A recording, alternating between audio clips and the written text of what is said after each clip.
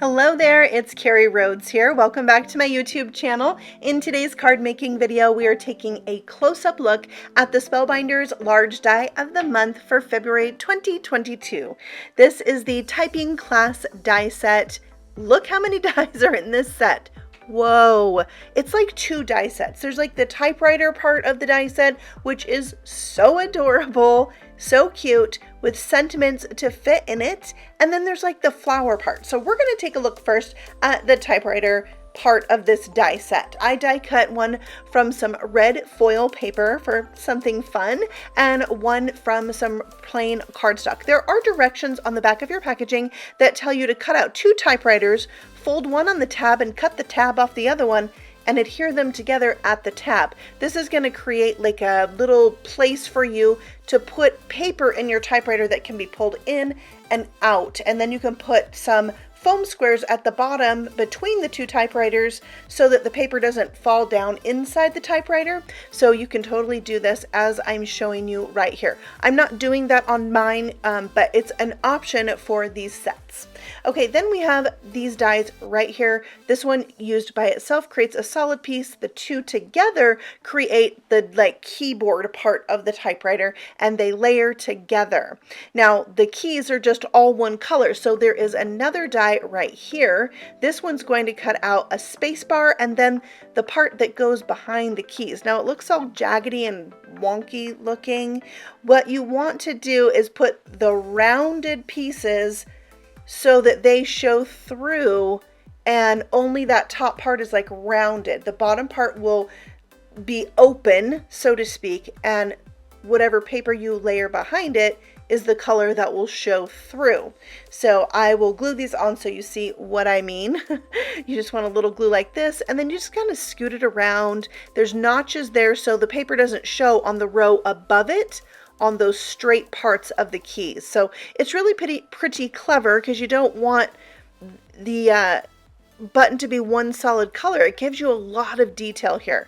Now there is another option. You can cut out 3 of these little pieces and have keys. I'll show you how those tiny little keys work. But now we have the like rolling mechanism part of the typewriter. It does have a separate little piece so you can create a second layer. I did one from solid black and one from red foil, and sometimes you only need one for your typewriter, but I like 2. It just looks more symmetrical. Now the sentiments can be cut out of this window section of the typewriter if you like. I think that's really cool, but you can also use this die behind it for color or paper behind it. And then this paper, actually I should tell you first, is 2 3/4 by 2 3/4. I like that size. It needs to be just under 3 inches. I like it so you can kind of make it sideways or wonky if you want. Now I did die cut out one of the sentiments using the square or rectangle die around it. So it die cuts the word and the whole sentiment. It says a note. So I'll show you that in a minute as I put together this typewriter. So here's the little space bar. It's going right below that keyboard. Just like that. I'm going to put in my paper here that again is 2 3/4 by 2 3/4, and I'm just gluing that in place. Mine's not going to come in and out, so I didn't need to attach the second typewriter to the back of it.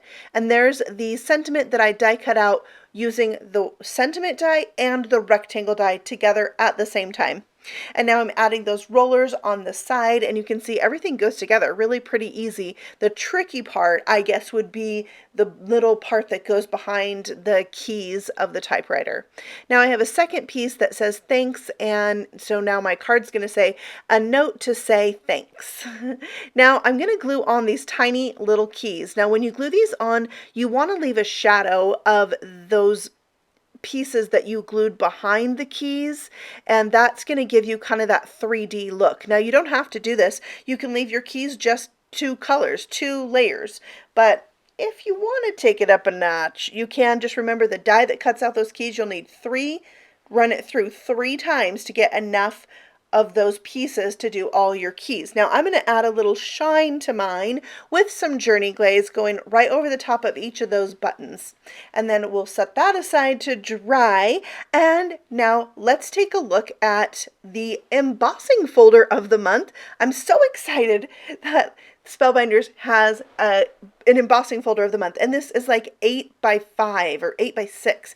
It's huge. I am going to emboss this panel, which is 4 3/4 by 6 3/4 for my A7 size card. This is some waterfall, I believe, or really light blue cardstock from Spellbinders.